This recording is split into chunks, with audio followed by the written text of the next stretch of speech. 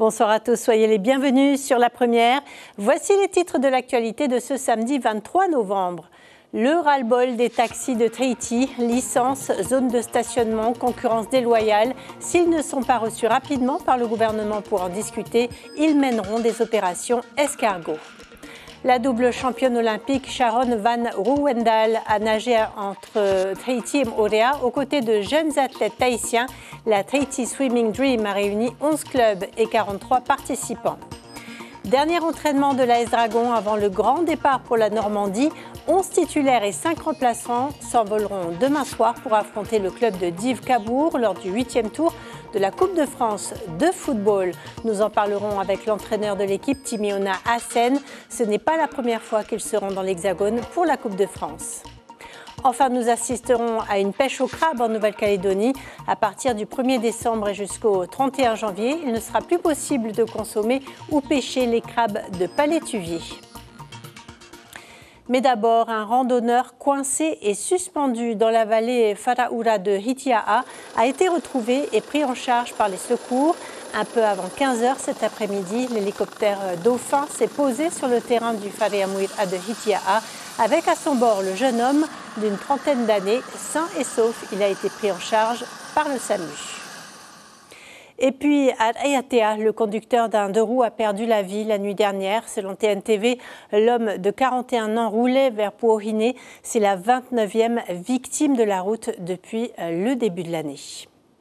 Les chauffeurs de taxi sont inquiets. Selon eux, les licences accordées par le pays sont trop nombreuses alors qu'une concurrence déloyale de la part de taxis pirates est observée depuis plusieurs années. Ils réclament une régulation par une loi de pays et annoncent un blocage dès la rentrée de janvier s'ils ne sont pas entendus par le gouvernement. Caroline Fary, Jérôme Lee. C'est le quotidien des chauffeurs de taxi de Papeete. Soumis à l'incivisme du public, ils sont obligés de marquer eux-mêmes leur emplacement. On a demandé que ça soit réservé pour les taxis, surtout qu'on nous mette un panneau sens interdit là, et marqué panneau sens interdit sauf taxi. Que cette contre-allée soit réservée pour les taxis. Comme dans tous les pays européens, les stations de taxi, il n'y a pas de voitures qui circulent à l'intérieur autre que les taxis. Ils sont plus de 150 actifs à travailler sur Tahiti. Plusieurs étapes leur sont imposées avant d'exercer leur métier. Examen, demande de licence, charges à payer et visite technique tous les 6 mois. Mais la concurrence des taxis pirates est rude. Je ne suis pas d'accord de voir des taxis pirates exercer justement notre métier. Et alors que eux, à côté de ça, ils ont pas de charge et tout. Malgré les demandes qui ont été faites pour les contrôler, les signalisations que nous avons fait auprès des transports terrestres, jusqu'à aujourd'hui, pas de nouvelles quoi. On fait quoi alors, dites-moi? Bob, professionnel depuis 25 ans, voit le nombre de licences augmenter. Alors avant d'arriver à saturation, il réclame un quota au gouvernement. On fait déjà 12 heures de travail minimum par personne pour des fois le SMIC, ce qui n'est pas intéressant avec les charges à payer. Et qu'on voudrait que ça soit un peu limité. On puisse, si les 600 000 personnes promises par le président arrivent, bien sûr qu'on va devoir doubler le nombre de taxis. Mais à l'heure actuelle, c'est suffisant, il n'y a pas besoin d'en rajouter, quoi. Les chauffeurs souhaitent aussi une loi de pays pour réguler les transports touristiques qui, faute de clientèle, exercent de façon illégale en tant que taxi. Qui gèle au moins les attributions de licence de transport touristique jusqu'à qu'on ait écrit la loi de pays. On l'a commencé il y a 4 ans. Si les services du pays ne répondent pas à leurs sollicitations, des opérations escargots sont prévues dès la rentrée de janvier par les chauffeurs de taxi. Un incendie s'est déclaré cet après-midi dans une maison de la vallée de Matatia, à Punaauia. La maison s'est embrasée vers 14h45 alors que les occupants étaient à l'intérieur. Ils ont pu s'extraire rapidement, mais la maison d'un peu moins de 150 mètres carrés a subi un embrasement généralisé en quelques minutes. D'après les premiers éléments, le feu aurait démarré au niveau du compteur électrique. Des cas de grippe aviaire détectés chez nos voisins hawaïens. La direction de la biosécurité appelle à la vigilance et demande de ne pas rapporter de viande, des œufs, des plumes ou tout autre produit provenant d'oiseaux sauvages ou de basse-cour. La grippe aviaire est un danger pour la filière agricole, mais elle se transmet aussi à l'homme. Une cinquantaine de personnes se sont jetées à l'eau ce matin pour la grande traversée entre Tahiti et Moorea à l'occasion de la Tahiti Swimming Dream. Pour cette 3e édition, les organisateurs ont misé sur la sécurité et accueilli une invitée de marque, Sharon Van Roowendaal. Les athlètes locaux ont ainsi pu nager aux côtés de la double championne olympique, un moment unique que nous racontent Mereini Gamblin, Hayari Tahiata et Dylan Fels. La grande championne Sharon Van Roowendaal, tel un poisson dans l'eau pour encourager Ohana. C'est la belle surprise du jour pour le jeune nageur et ses proches venus le soutenir. Quand j'ai vu la façon de nager, la technique, je me suis dit, ouais, ça c'est la championne quoi. Du coup, bon, quand je l'ai vu nager à côté de moi, je vais pas mentir. Hein. J'ai essayé de rester, d'aller vite. Hein. On n'a pas souvent la chance d'avoir des champions comme ça ici chez nous. Et puis voilà, ça leur fait voir que à l'international, c'est possible de faire des choses. Invitée spéciale de la Tahiti Swimming Dream, Sharon Van Roowendaal est double championne olympique et quadruple championne du monde en eau libre. Tout le monde a les yeux rivés sur elle. Elle a même droit à un comité d'accueil de qualité. C'est comme un dream, hein, comme la course s'appelle. Et vraiment déjà de commencer avec les dauphins, enfin pour moi c'est une expérience que j'ai jamais eue. Hein. Et maintenant je veux nager avec toutes les personnes qui nagent, juste 5 minutes, juste pour le plaisir. Si pour elle c'est un moment de pur régal, pour d'autres c'est aussi un challenge de taille, comme pour les plus jeunes participants qui ont tout juste 14 ans. Il y a le stress qui monte un peu, mais ça va. Qu'est-ce que tu as appris? C'est la première fois que tu fais la Oui, c'est ça, c'est la première fois, ouais. Qu'est-ce que tu as appris en 10 minutes? Le courant, les vagues. Sinon, ça va. On va faire des relais de 15 minutes. Pour cette 3e édition, 43 nageurs ont pris le départ à Apuna dès 6h du matin, direction Moorea par le grand large, à la seule force des bras. Même quand on est en équipe, le fait de nager au milieu de l'océan comme ça, c'est d'abord un défi personnel et essayer de lutter contre soi-même en fait, parce qu'il y a du doute. Les premiers clubs franchissent la ligne d'arrivée sur la plage de Tem'e après plus de 6 heures de nage en relais. Mais pour eux, le temps ne compte pas. Finir la course, c'est déjà une victoire. C'était calme après la mer. Et après, quand on est arrivé vers le récif de Moorea, là, ça a été, il y avait carrément beaucoup de vagues, c'était dur, fatigant surtout. Je suis contente de terminer parce que l'année dernière, on a dû aller sur le bateau pour aller au récif, comme il y avait beaucoup de houle. Mais là, on a pu faire toute la traversée. Arrivé de Steven Lorzil, au bout de 6h50 à Tem'e, il était le seul nageur à effectuer les 24 km sans aucun relais. Comment financer un voyage pédagogique aux Marquises pour pouvoir explorer Nukuhiva en vélo électrique au mois de février? Des élèves de terminale du lycée Lamennais organisaient aujourd'hui une grande journée sportive. Au programme des rencontres amicales de foot, basket et natation. Vincent Martinez, élève en classe de terminale, fait partie du projet. Écoutez-le, il répond à Hubert Liao. Afin de nous aider à financer notre projet pédagogique qui est d'aller à Nukuhiva. Donc c'est un voyage pédagogique et sportif surtout, parce qu'on a pour objectif de faire le tour de l'île à vélo. Dans cette journée, on a 3 tournois différents. On a un tournoi de foot ce matin et cet après-midi, on a du basket et de la natation. Après leur victoire à domicile contre Avranches samedi dernier, les joueurs de Dragons se préparent à prendre l'avion demain soir direction la Normandie. Les Tahitiens doivent jouer samedi prochain contre le club d'Yves Cabourg. Dans leur valise, des vêtements chauds et surtout un esprit d'équipe qui fera peut-être la différence. Kaline Liénard et Hubert Liao ont suivi leurs derniers entraînements en salle et sur le terrain. 44. Et vous essayez après. C'est Noël avant l'heure pour ces joueurs. Chacun reçoit son équipement, cadeau des sponsors. L'attirail complet pour lutter contre l'ennemi numéro 1 de ce futur match en Normandie, le froid. Il y a les bonnets, les gants, les chaussettes,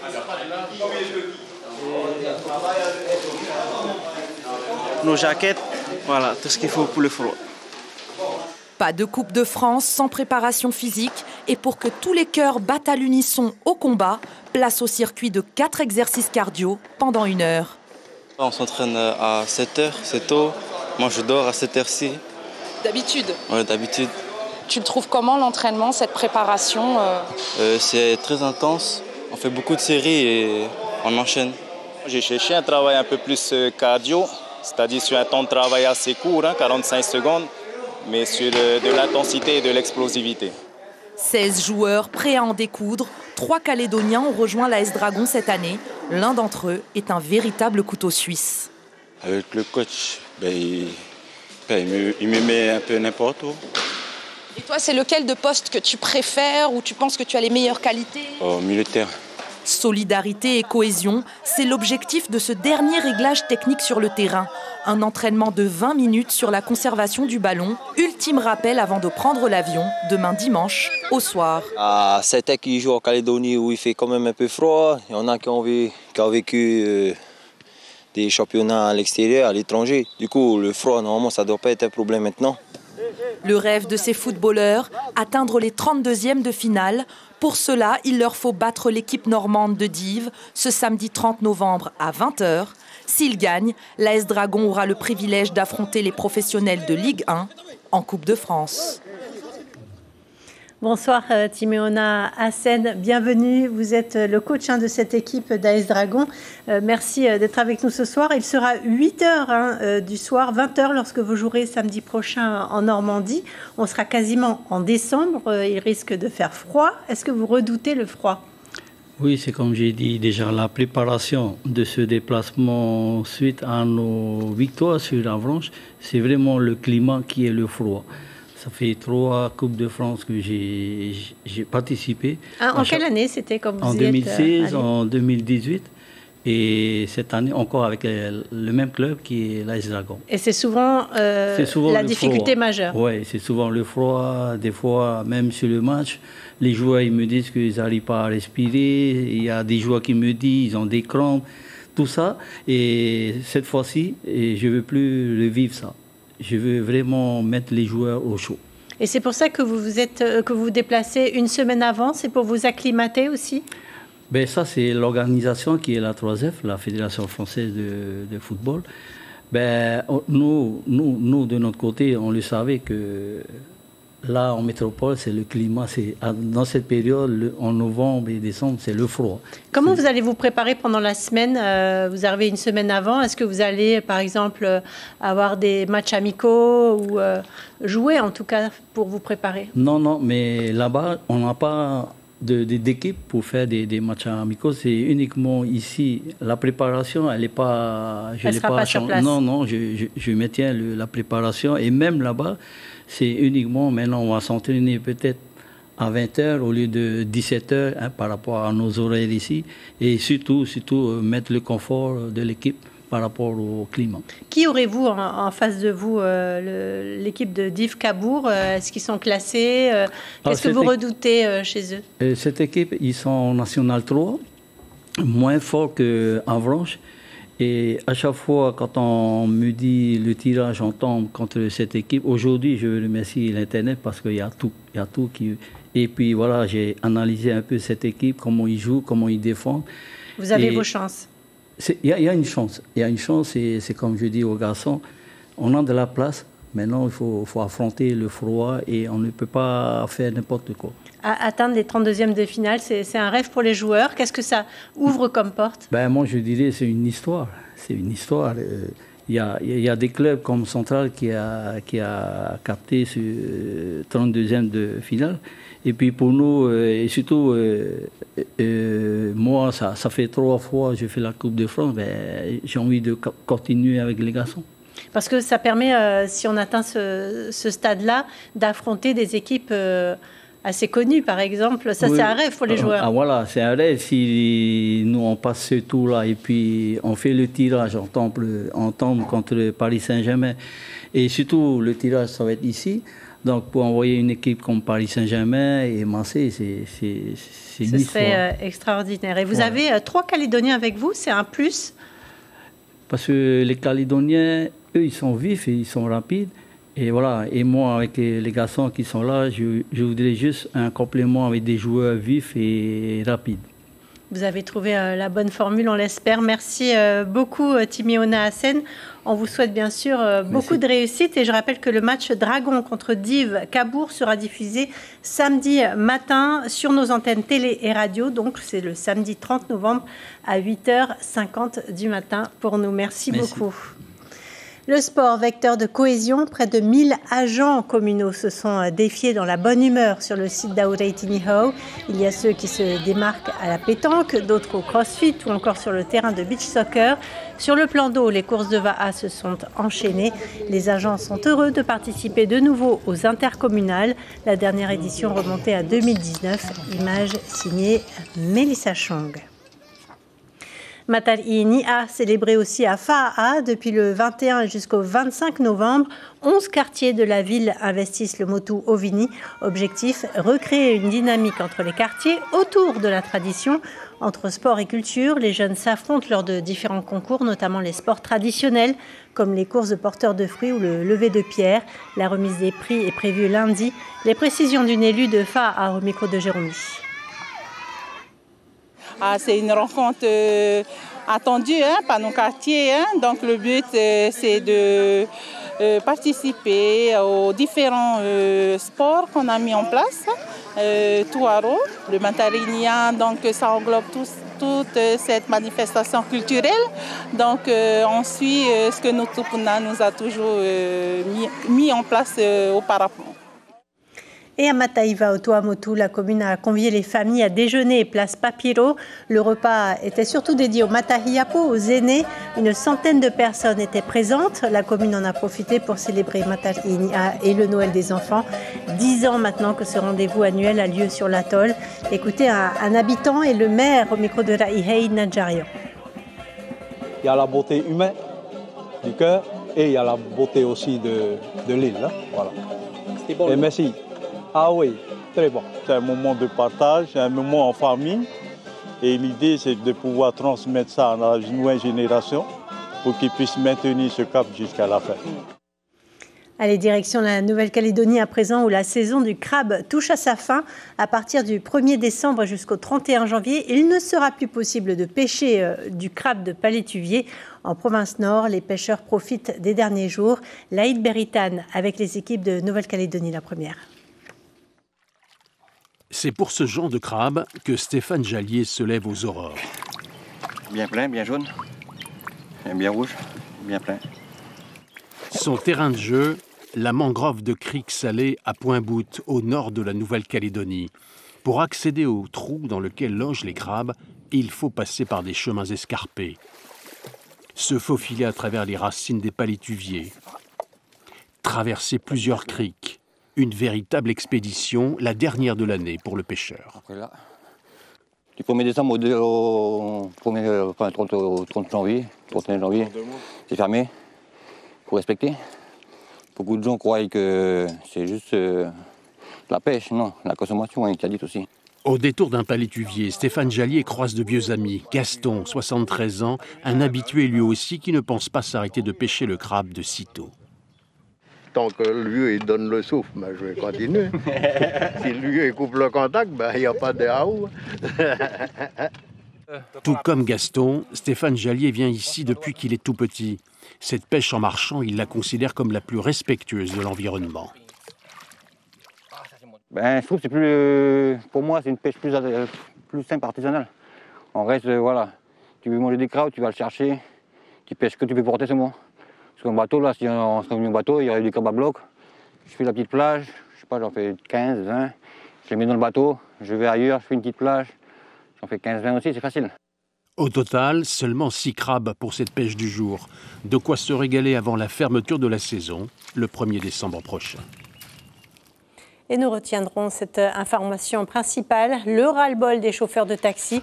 Selon eux, les licences accordées par le pays sont trop nombreuses, alors qu'une concurrence déloyale de la part de taxis pirates est observée depuis plusieurs années. Ils réclament une régulation par une loi de pays et annoncent un blocage dès la rentrée de janvier s'ils ne sont pas entendus par le gouvernement. Au programme de votre soirée sur la première, 2 feuilletons, Amour sauvage et les arômes du cœur. Voilà pour l'actualité de ce samedi. Passez une très belle soirée sur la première.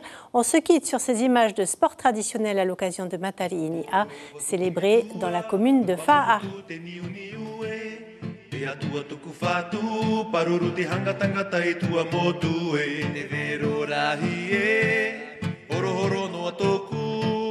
Anga hoa e kimi, te wahi no anga. Waporo botu kumetua, wamotu teni uniue.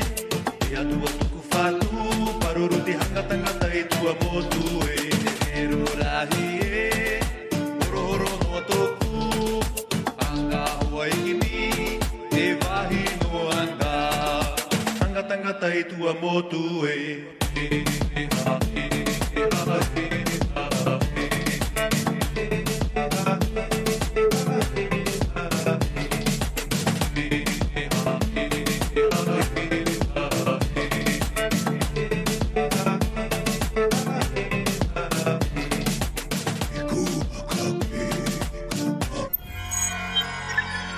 Retrouvez ce programme en replay sur notre site internet.